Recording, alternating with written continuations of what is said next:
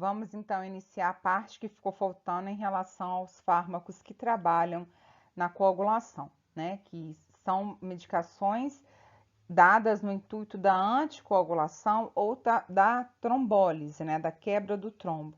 E ficou faltando para a gente concluir essa aula, a gente falar do grupo de anticoagulantes injetáveis, que são dados, obviamente, a nível parenteral, onde o principal representante é a heparina.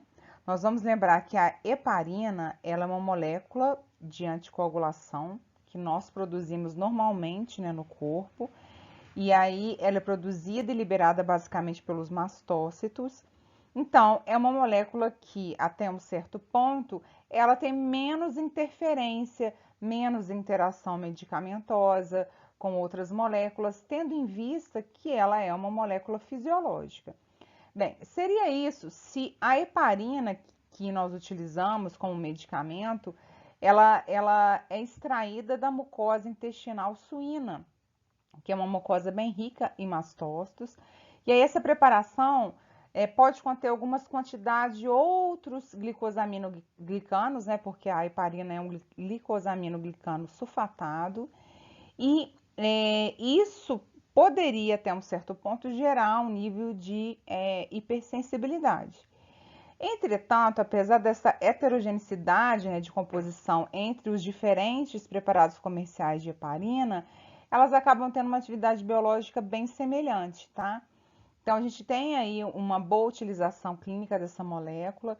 Como eu falei com vocês, é a molécula que, por exemplo, o indivíduo que vai fazer hemodiálise, o anticoagulante de escolha, né, é a heparina. A gente vai fazer um exame sanguíneo, uma gasometria, onde a gente não pode ter interferência de nenhum fator, nenhuma substância que seja anticoagulante. A gente utiliza a heparina.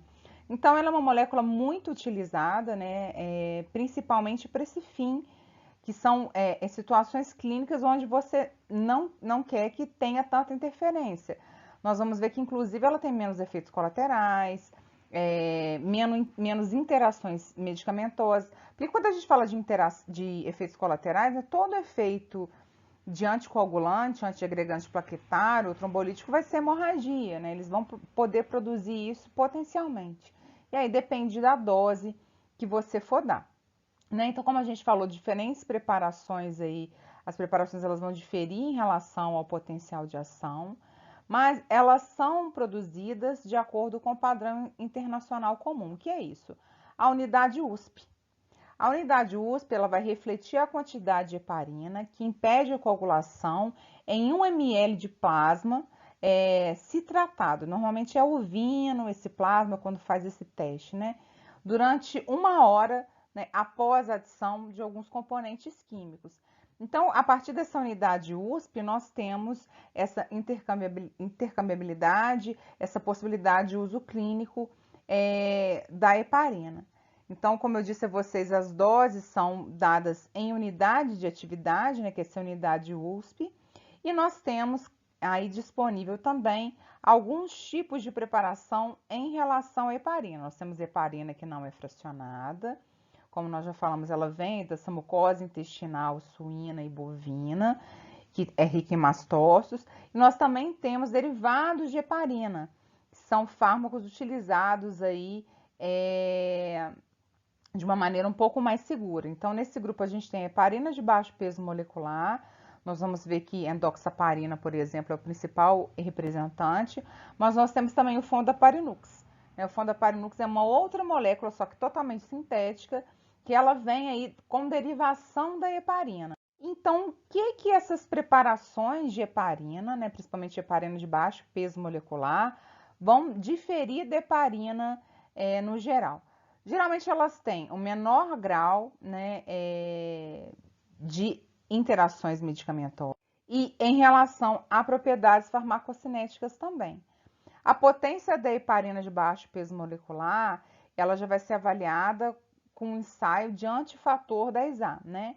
Que aí usa um padrão de heparina de baixo peso molecular como referência. Em contraste, a heparina, né? A heparina de baixo peso molecular, ela é um produto biológico de origem animal, né? E já o fondaparinux, que é o que eu falei com vocês, que é uma substância sintética, ela vai diferir em relação a todos os outros aí, porque ela tem propriedades farmacocinéticas bem distintas. Tudo bem? Em relação ao mecanismo de ação da heparina, nós vamos acabar discutindo, no geral, né, o mecanismo de ação que é comum tanto à heparina quanto à heparina de baixo molecular e o fondaparinux, tendo em vista que eles são agentes que não têm atividade anticoagulante intrínseca. Esses agentes eles vão se ligar à antitrombina e acelerar a taxa, né, na qual a antitrombina inibe as várias proteases da coagulação. Nós vamos lembrar então que a antitrombina, ela é uma proteína plasmática que inibe as enzimas de coagulação das vias intrínsecas e da via comum. Então, essas substâncias, elas atuam como catalisadores, elas aumentam a velocidade de atuação da antitrombina e da trombina, que é o fator 10A, né? Que é o fator 10 ativado, fator 10A. Então, elas atuam como catalisadores. Se eu der essa substância, teoricamente, uma pessoa que não tivesse antitrombina, ou que tem alguma interferência genética na produção da antitrombina, alguma deficiência, alguma hemofilia relacionada a essa substância, nenhuma delas teria efeito. Tá? Elas necessitam, então, dessa substância, da antitrombina circulante, para que consigam ter o efeito. Né? E aí vai ser um efeito anticoagulante, não só pela essa inativação também dos fatores de coagulação, mas também pelo predomínio aí das substâncias que vão induzir vasodilatação, que vão inibir a agregação plaquetária, né? E subsequentemente a questão da coagulação sanguínea. É importante a gente falar que a dose da heparina necessária, né, para produzir essa anticoagulação, ela pode variar, né, devido a diferenças nas concentrações plasmáticas, justamente dessa antitrombina, né? Alguns pacientes, por exemplo, eles podem necessitar de doses muito maiores, devido a processos de depuração hepática acelerada, então o metabolismo hepático daquela pessoa está aumentado, como por exemplo o que ocorre no paciente com embolia pulmonar, né? E tem alguns grupos de pacientes que têm uma deficiência hereditária da antitrombina.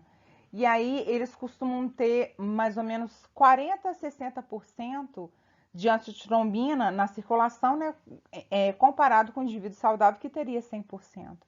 Então, são indivíduos que normalmente não vão responder a heparina de maneira adequada, tá? Além do indivíduo poder ter a deficiência adquirida da antitrombina. E aí, ela vai acontecer basicamente em que grupo de paciente, né? Que pode ter essa deficiência adquirida? Paciente com cirrose hepática, né? Paciente com síndrome nefrótica, ou com coagulação intravascular disseminada. Nesses indivíduos, a administração de grandes doses de heparina podem não diminuir aí a atividade de coagulação do sangue, né?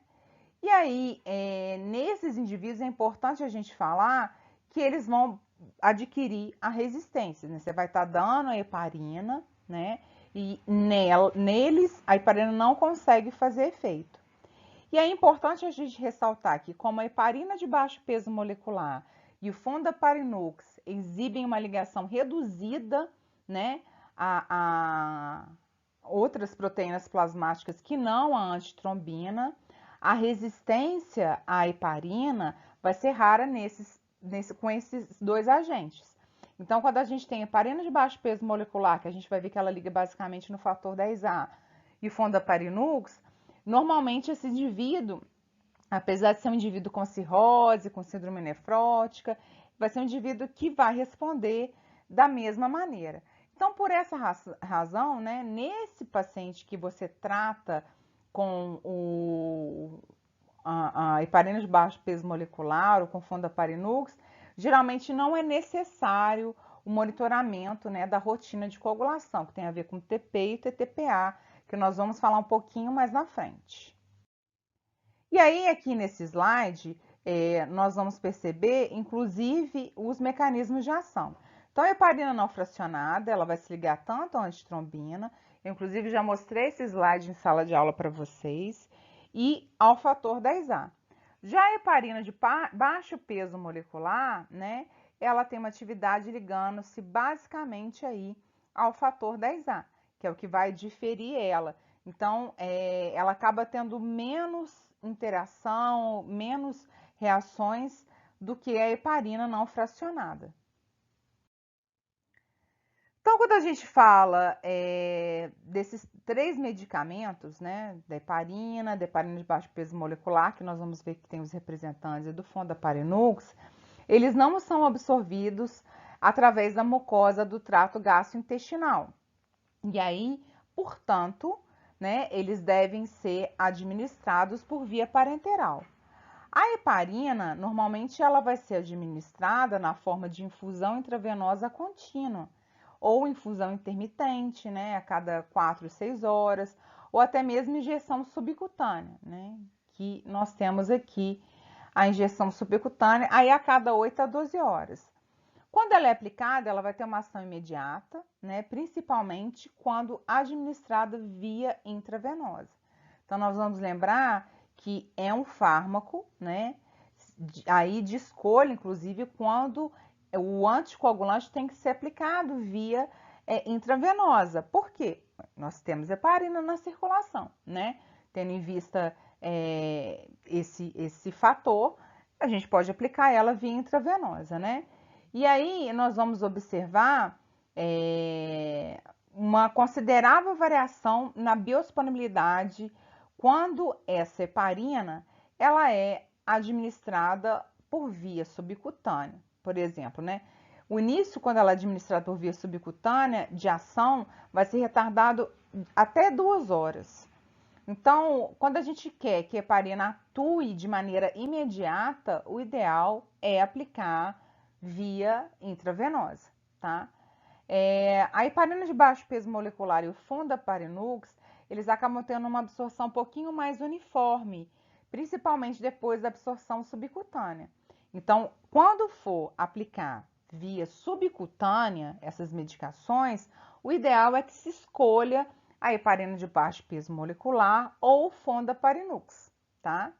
Em relação à meia-vida plasmática dessa substância, depende principalmente da dose administrada, né? Então, quanto maior a dose que você administra, né, e obviamente do peso molecular, quanto menor o peso molecular, maior a meia-vida. Isso a gente observa principalmente aí para a heparina de baixo peso molecular. E quanto maior a quantidade da substância, mais tempo ela tende a estar na circulação. Como muitas proteínas de ligação à heparina na circulação, a gente vai lembrar que é uma substância que se liga muito em proteínas plasmáticas, né? Eu dou exemplo disso desde da farmaco 1. E aí, como ela se liga bem em proteína plasmática, e algumas dessas proteínas são reagentes de fase aguda, o fenômeno de resistência à heparina, ele vai ser frequentemente observado em pacientes com doenças agudas. Por exemplo, uma síndrome hepática aguda, algum paciente que tem algum tumor, né? Isso pode levar aí uma alteração da ligação em proteínas plasmáticas. Em relação à eliminação, nós temos uma depuração hepática e renal, né? E aí também tem uma grande variação interindividual, vai depender dessas ligações plasmáticas que nós já conversamos, da quantidade de fatores plaquetários, fibrinogênio, que vai acabar variando de um indivíduo para outro. Com isso, então, qual que é a indicação terapêutica para o uso da heparina? E aí nós vamos conversar também dos outros agentes, tudo bem? Então, a heparina de baixo peso molecular e o Fondaparinux podem ser utilizados aí no tratamento inicial da trombose venosa e da embolia pulmonar. Então, a gente tem aqui trombose venosa, também em relação à trombolia pulmonar. principalmente porque eles têm um início de ação rápido e são episódios onde você precisa ter uma intervenção mais aguda. E aí, em geral, administra-se junto, né, um antagonista de vitamina K, como a varfarina nessas situações. E aí a heparina vai ser mantida, né, ou algum derivado dela, durante pelo menos 5 dias, até que a varfarina consiga ter todo o seu efeito terapêutico. Porque nós vimos, né, quando estudamos heparina, que ela não tem um efeito imediato. Não é um fármaco que você vai aplicar a varfarina e ela vai ter ação imediatamente. Então, nesses casos, que são casos mais agudos, é necessário fazer a administração conjunta de heparina e antagonista de vitamina K durante pelo menos 5 dias, né? Para que a gente tenha a plenitude do efeito da varfarina naquele paciente. Tudo bem? A heparina ou fondaparinux, né, podem ser utilizados também no tratamento inicial de pacientes com angina estável ou infarto agudo do miocárdio, né? E aí, para a maioria dessas indicações, heparina de baixo peso molecular e o fondaparinux, elas vêm substituindo as infunções contínuas de heparina por conta das vantagens farmacocinéticas, né? Não tem tanta interferência nesses componentes quanto tem com heparina não fracionada, tá bom? Outra aplicação, né, que a gente pode ter aí seria para a circulação extracorpórea, que eu já falei para vocês, principalmente para paciente que vai fazer hemodiálise, coagulação intravascular disseminada, na gravidez, né? Nós vamos lembrar aí que na gravidez seria o fármaco que teria menor penetração em relação ao bebê, né, da barreira placentária e, consequentemente, levaria menor chance de hemorragia intracraniana pós-parto, porque a mulher já tem a heparina, né? E aí, em situações clínicas que se requer infusão intravenosa contínua de heparina, é necessário realizar, né, o frequente monitoramento do TTPA, que é o tempo de tromboplastina ativada, tá? O que é esse tempo de tromboplastina ativada? Ele é um exame laboratorial que vai avaliar a eficácia da via intrínseca na mediação aí da formação do coágulo de fibrina. Então, lembrar que o paciente que está fazendo uso de heparina é necessário avaliar aí frequentemente o TTPA. E é um fármaco que existe um antídoto, né? Que é o sulfato de protamina. Essa substância se liga ionicamente à heparina, impedindo então a ação anticoagulante dessa substância. A hemorragia, como nós já vimos, né, é um efeito colateral passível de todo fármaco anticoagulante. Cerca de menos de 3% dos pacientes vão apresentar a hemorragia pela heparina. E aí, como nós já conversamos, ela pode então ser revertida com o sulfato de protamina. Em relação aos efeitos colaterais, meninos, a trombocitopenia induzida pela heparina é um dos distúrbios até mais graves, inclusive ele pode ser assintomático, ele pode vir junto com uma oclusão vascular periférica, e aí ele pode inclusive causar acidente vascular cerebral, infarto do miocárdio, gangrena tecidual ou até mesmo morte, né? É um dos efeitos colaterais mais graves relacionados ao uso da heparina, que vai acontecer felizmente em cerca de 1 a 5% apenas dos pacientes que recebem a heparina, né? E a taxa de mortalidade é bem alta, ela pode chegar até 40%, tendo que então ser revertida pelo sulfato de protamina. E aí, diferente dos outros anticoagulantes que nós falamos, que tem que ser realizada a transfusão sanguínea, né, de plasma fresco, de plaquetas, aqui a gente tem um medicamento, né, para poder fazer essa reversão, o que é bem relevante do ponto de vista clínico, né. E em relação à concentração plaquetária, nós podemos ter uma diminuição transitória, né, até 14 dias, depois de 14 dias, né, do fim do tratamento, algumas alterações hepáticas, principalmente aumento das transaminases, a AST, que é a aspartato aminotransferase, e a ALT, né, alanina aminotransferase. O paciente pode ter osteoporose também, pelo uso de hemorragia, e aí tem a ver com a diminuição da absorção de cálcio, né? E diminuição da síntese de aldosterona em alguns pacientes pode ocorrer. E obviamente, se diminui a absorção, a produção da aldosterona, a gente diminui a absorção de sódio, tendo que repor, né? Podendo levar aí alguns distúrbios hidroeletrolíticos do paciente. Falando então dos derivados da heparina, em uso, né, no momento, nós temos heparina de baixo peso molecular, e aí os representantes são a enoxaparina, o principal fármaco utilizado na classe, e qual nós vamos tratar principalmente, mas nós também temos o fondaparinux, vamos lembrar que ele é uma molécula sintética. E aí, são moléculas que apresentam a vantagem de ter essa administração via subcutânea, né? E qual que é a vantagem da administração subcutânea? O paciente, ele pode ser treinado por um profissional de saúde capacitado, obviamente, e aí ele vai fazer essa administração a nível domiciliar, né? Então, ele tem essa facilidade de utilizar o medicamento em casa, porque quando a gente fala de outras vias, que são vias parenterais, né? Normalmente ele precisa que um profissional de saúde faça essa aplicação.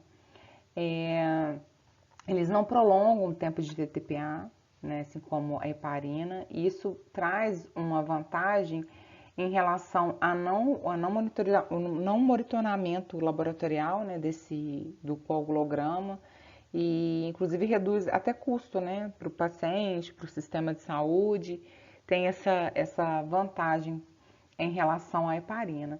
Não atravessa a placenta e também não apresenta efeitos teratogênicos. Tanto a heparina de baixo peso molecular quanto o fondaparinux, eles são utilizados, né, em pacientes gestantes e aí eles não estão associados a uma formação fetal.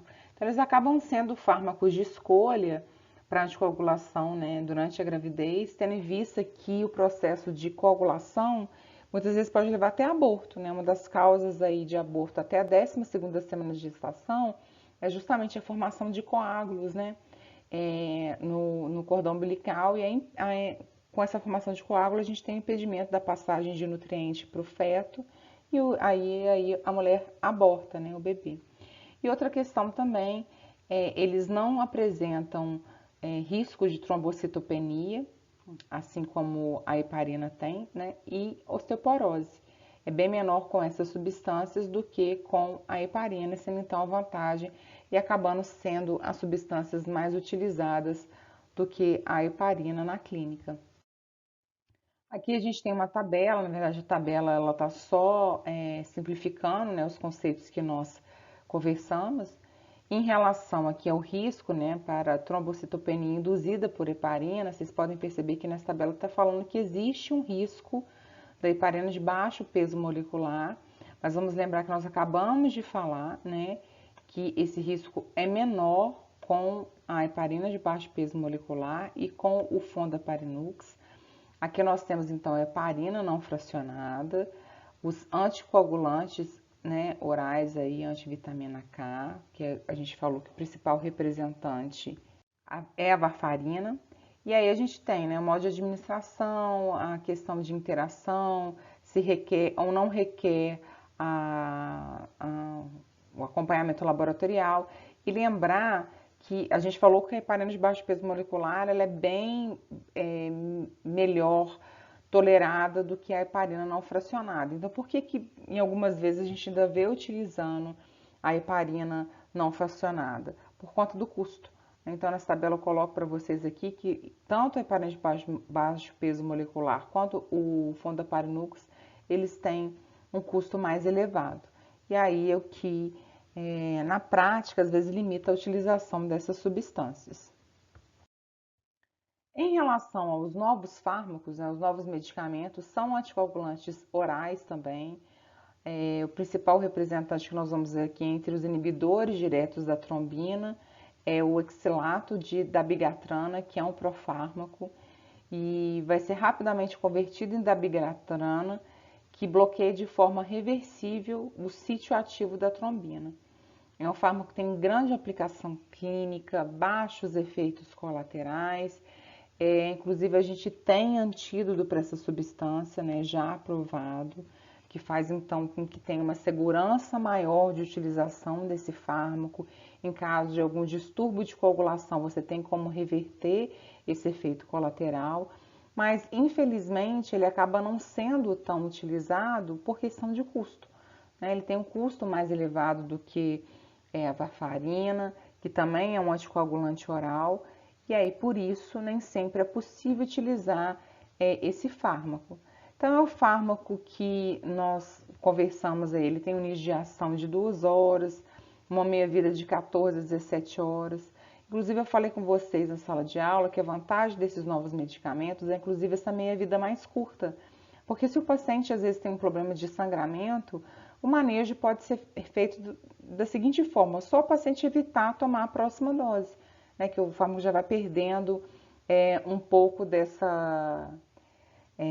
da ação dele, consequentemente a ação anticoagulante. A escolha do fármaco, né, a gente tem 4 representantes aí dentre esses novos medicamentos: dabigatrana, rivaroxabana, pixabana, endoxabana. Como é que é feito normalmente a escolha entre esses medicamentos? Ela é feita de acordo com alguns parâmetros farmacocinéticos. Então, nesse contexto, nós vamos discutir excreção, o clearance, se o paciente tem efeito colateral ou não tem, né, com aquela medicação, porque são atualmente o que vai fazer você escolher um fármaco para aquele paciente ou para o outro paciente, tá? Então, falando um pouquinho dos aspectos farmacocinéticos, a dabigatrana tem biodisponibilidade oral boa, né? A gente já falou do início de ação dela até 2 horas, essa meia-vida plasmática dela indo aí de 14 a 17 horas. E quando ela é administrada em doses fixas, ela vai produzir uma resposta anticoagulante bem previsível, e aí ela não requer o monitoramento da atividade dela anticoagulante, assim como a heparina ou a varfarina podem requerer. Isso é uma vantagem, né? Porque você consegue utilizar esse medicamento com maior segurança, sem inconveniente do paciente ter que ficar dosando sempre os componentes aí da anticoagulantes, né, a nível laboratorial. E o oxalato, né, de dabigatrana, ele tem uma excreção cerca de 80% renal, e aí o que vai fazer que ele seja contraindicado para pacientes que tenham algum problema renal, principalmente a questão do clearance de creatinina aí, menor do que 30, tá? Então, se o clearance de creatinina for menor do que 30, o paciente tem esse problema renal, o ideal é que ele não utilize dabigatrana. Ele pode utilizar outros fármacos dentro desse grupo que tenham a eliminação mais enterohepática. Ele é bem indicado, gente, da dabigatrana, principalmente para paciente que tem aí fibrilação atrial, né, que como a gente já conversou, é uma situação clínica que exige anticoagulação, né, um paciente que tem acidente vascular cerebral, e aí ele é uma alternativa promissora, né, para esses pacientes que precisam de anticoagulação a longo prazo. Então, ele é um fármaco que é dialisável, então se o paciente faz hemodiálise, ele consegue ter eliminação expressiva desse medicamento. E dentre os efeitos colaterais, a dispepsia é o efeito colateral mais relatado com a utilização desse medicamento. A gente tem uma interação medicamentosa mais recentemente descrita em relação a esse medicamento, né? Ele tem interação medicamentosa com a miodarona, que é um antiarrítmico, com o verapamil, que é um fármaco antihipertensivo, mas também antiarrítmico, com a quinidina, que também é um antiarrítmico, a claritromicina, que é um antibiótico macrolídico, os macrolídeos dentro desse grupo, né? Claritromicina, eritromicina e azitromicina. E também o cetoconazol, que é um azol antifúngico. Então, eles podem aumentar, esses medicamentos dados junto com a dabigatrana podem aumentar os níveis de dabigatrana e, consequentemente, o potencial anticoagulante dessa substância. Outros fármacos, como a rifampicina, a carbamazepina, que é um anticonvulsivante, a fenitoína, também é um anticonvulsivante, mas também é um agente utilizado em antiarrítmico, ele já atua induzindo o metabolismo. E aí, também é importante lembrar que os inibidores de bomba de próton podem aumentar o pH gástrico e reduzir a absorção da dabigatrana, que acaba, até um certo ponto, clinicamente não afetando sua eficácia. Mas é importante a gente falar que existem essas interações medicamentosas, tendo em vista que é um fármaco com uma prescrição ascendente, né? Ele tem ganhado muito espaço na clínica. O nome comercial desse medicamento é o Xarelto.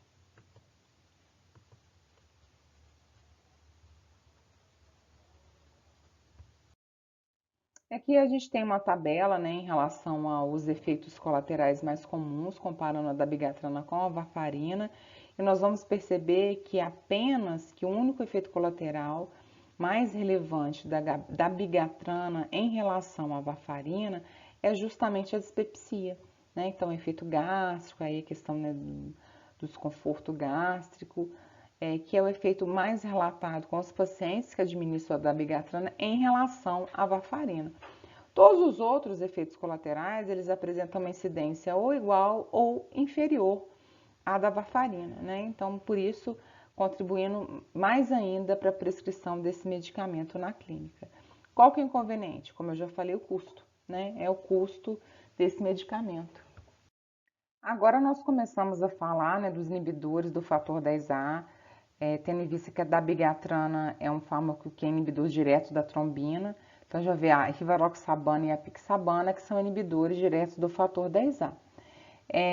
São medicamentos que, assim como a gente falou da dabigatrana, né, tem um início entre 2 a 3 horas, né, após a administração. Vai ter uma biodisponibilidade boa, né, cerca de 80 até 80% do fármaco está biodisponível. Uma meia-vida plasmática de 5 a 9 horas em indivíduos normais. Indivíduos idosos tende a ter um prolongamento dessa meia-vida plasmática. Importante aqui, porque de repente tem que se fazer um intervalo maior entre as doses da administração do medicamento. E aí, cerca de um terço, né, do fármaco ele é eliminado inalterado na urina, e o restante é metabolizado pelo fígado, e os metabólitos inativos vão ser excretados na urina e nas fezes. É um fármaco que é administrado em doses fixas e, da mesma maneira que a dabigatrana, não requer monitoramento da coagulação, né? Ele acaba sendo bem utilizado principalmente para profilaxia de eventos trombóticos pós-cirúrgicos, né? Principalmente em cirurgias ortopédicas, como cirurgia de quadril, cirurgia de joelho. E aí ele é um fármaco que tem uma excreção mais fecal do que os outros, cerca de 28%. Então, se o paciente ele tem um problema renal, ele pode ser mais adepto ao uso de rivaroxabana em detrimento dos outros fármacos anticoagulantes, né? A gente tem alguns estudos em andamento aí comparando rivaroxabana com a varfarina para o tratamento de tromboembolismo, né? E a prevenção se mostrou então tão efetivo quanto a varfarina. É um fármaco bem seguro, mas também, assim como a dabigatrana, não é um fármaco isento de interação medicamentosa. Então, por que eles têm interação? Eles são metabolizados pelo CYP, pelas CYPs, né? Normalmente, CYP3A4 é aquela que mais vai metabolizar os fármacos dentro da farmacologia. E aí, a coadministração de fármacos que utilizam essa via metabólica e aí como o cetoconazol, e aí entre outros azóis também, né? Fluconazol, itraconazol, claritromicina, eritromicina, que são antibióticos macrolíticos, eles podem acabar tendo interação medicamentosa, inibindo aí o metabolismo de rivaroxabana e, consequentemente, favorecer os sangramentos.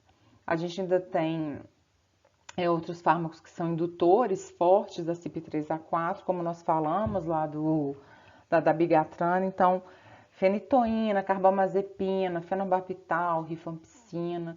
Lembrem-se sempre desses medicamentos, né? Porque eles vão ter interação com todos os fármacos que são metabolizados pela CYP3A4, né? E aí, como a gente falou que tem interação aí com alguns anticonvulsivantes, quando o paciente precisar fazer o uso de anticonvulsivante, o ideal é que ele utilize o topiramato, né? Que não tem aí esse metabolismo pela CYP3A4. Nós vamos ver lá na farmacologia do sexto período que a maior parte dos anticonvulsivantes tem metabolismo também por essa enzima. Então, né, convém aí evitar a interação medicamentosa.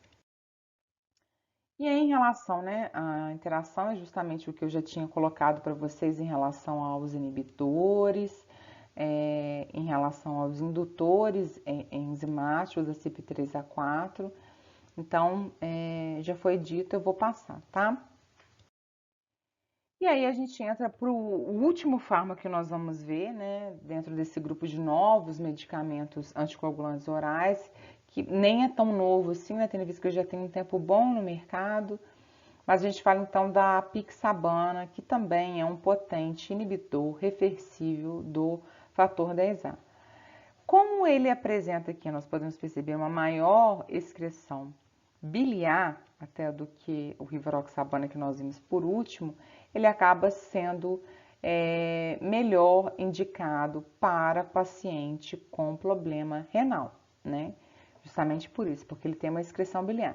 O rivaroxabana já pode ser utilizado, né, para o paciente que tem aí algum problema renal, mas a apixabana acaba tendo melhor indicação.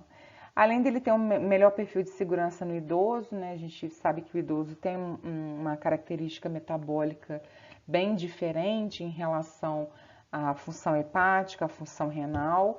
Então, nesse grupo de pacientes, a gente tem a apixabana se apresenta de uma maneira mais segura, né? E aí a injeção dele em torno de 3 horas, meia-vida até 14 horas, não tem interação medicamentosa significativa, e aí é justamente por isso, gente, que ele acaba sendo uma medicação bem segura no idoso, porque o idoso já tende a fazer polifarmácia, né, utilizar vários medicamentos. E aí, como ele não tem interação significativa, ele é uma boa escolha. Também tem antídoto, né, essas substâncias acabam tendo antídoto, ele acaba sendo inibidor, o antídoto, né, do fator 10A, podendo ser utilizado também para o rivaroxabana.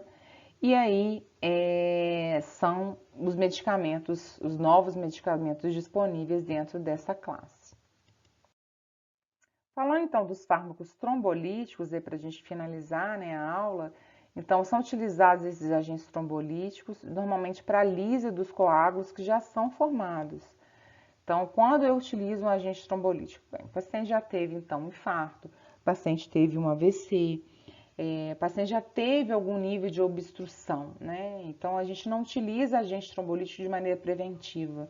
O paciente tem risco de desenvolvimento de infarto, AVC, você vai dar para ele um trombolítico? Não, você vai dar para ele um trombolítico quando você já tem aquele evento instituído. Em relação aos eventos cardíacos, por exemplo, como o infarto agudo do miocárdio, né, além desse manejo terapêutico com o trombolítico, na maioria das vezes é preferível um processo de angioplastia, né? E também, quando não é possível fazer uma cirurgia de revascularização, né, do miocárdio para evitar essa lesão. Mas quando necessários, então, porque obviamente você utilizando um agente trombolítico, ele vai obstruir o coágulo e promover aí o aumento, né, do fluxo sanguíneo antes que ocorra necrose. A gente vai ver que nem todo tipo de infarto tem necrose, né? Quando o infarto ele é sem supradesnivelamento do segmento ST, Normalmente ele não cursa com necrose tecidual. E aí todos vão atuar direto ou indiretamente convertendo o plasminogênio em plasmina, que aí vai hidrolisar a fibrina, né, lisando o trombo. Todos eles vão atuar desta maneira. Então, nós temos dentro dessa cascata dois representantes, a streptokinase, que é uma molécula que vem lá do Streptococcus beta-hemolítico, né? Então, a gente lembra lá da microbiologia que algumas bactérias conseguem fazer hemólise em H-sangue, porque elas têm hemolisinas, especificamente no caso do Streptococcus, ele tem a streptolisina que faz então essa degradação de hemácia. A gente vai conversar um pouquinho dele, porque ele é uma substância que não tem já tanta aplicação clínica, e o ativador de plasminogênio tecidual, que é um agente recombinante, acaba tendo um custo mais elevado, mas ele apresenta maior segurança do que a streptokinase. Então, falando da streptokinase, né, ela é uma proteína produzida pelo Streptococcus beta-hemolítico, e vai atuar, então, promovendo a hemólise. A gente já falou. Como ela é substância de origem microbiana, qual que é o principal problema desse medicamento? Ele consegue ser dado para o paciente uma vez, né? O paciente ele toma a streptokinase na primeira vez, e aí, se ele necessitar de uma outra dose, ele já não consegue utilizar a streptokinase, porque o indivíduo ele vai acabar desenvolvendo resposta contra esse componente bacteriano, e aí a streptokinase deixa de ter efeito, tá? Com isso, a gente tem aqui, vou para baixo do slide, falando da principal reação colateral que tem a ver com anafilaxia e febre, porque é uma substância de origem bacteriana. E aí, com isso, né, com o advento de agentes mais novos, é raro utilizar a streptokinase no contexto clínico para tratar a fibrinólise. Atualmente, inclusive, ela nem é comercializada nos Estados Unidos por conta desse inconveniente. Mas ela vai atuar ligando-se ao plasminogênio, né, e aumentando aí a atividade da plasmina. Lembrando que há um risco grande de hemorragias, porque a streptokinase ela vai degradar trombo. Se o trombo é velho, se o trombo é novo, não interessa. Então, a gente apresenta um risco maior de hemorragia. Já falei isso com vocês, né, na aula de anticoagulantes. Por exemplo, se passou bater o braço, a gente forma coágulo com uma certa frequência. Então, quando você toma um agente desse como a streptokinase, ela não tem predileção por trombos recentemente formados. Então, isso pode levar a esse fármaco maior risco de hemorragia, tá? Porque aí, inclusive, os trombos... Quando você faz uma terapia, gente, antitrombolítica, você quer lisar coágulo recentemente formado, né? Naquele processo de AVC, de infarto, e não os coágulos que foram formados de maneira fisiológica. Com isso, então, a gente tem a alteplase, né, que é o principal representante da classe, dos ativadores de plasminogênio tecidual. Ele é produzido por tecnologia, né, de DNA recombinante, utilizando, então, micro-organismos, né, para a produção desse agente, o que, consequentemente, acaba até elevando o custo, né? E atualmente a gente tem ele como agente recomendado para trombólise coronariana, principalmente por injeção intravenosa. Tem algumas variações desse alteplase, a gente também tem o tecneplase, que está disponível para utilização também. E aí essas duas substâncias vão diferir em relação aí à meia-vida plasmática, né? E em relação ao tempo que cada uma vai durar, tá bom? O mecanismo de ação então se liga à fibrina, ativa a conversão do plasminogênio em plasmina, tem a vantagem de não ser antigênico, ligar-se preferencialmente a trombos recém-formados, né? Então tem uma afinidade maior, menor risco de sangramento e principalmente aí um agente então indicado para eventos cardíacos e também para outros eventos trombóticos. Por exemplo, nós temos a indicação formal da administração de alteplase dentro de 3 horas após o início dos sintomas do acidente vascular cerebral isquêmico. Então, tem indicação aí formal para a utilização dessa substância. Obviamente, qual que é o efeito colateral mais consistente, mais presente? É a questão de sangramento, né? E principalmente em relação a vasos cerebrais. E aí, junto com todos esses componentes, né, a anticoagulação cerebral, muitas vezes ela é fatal.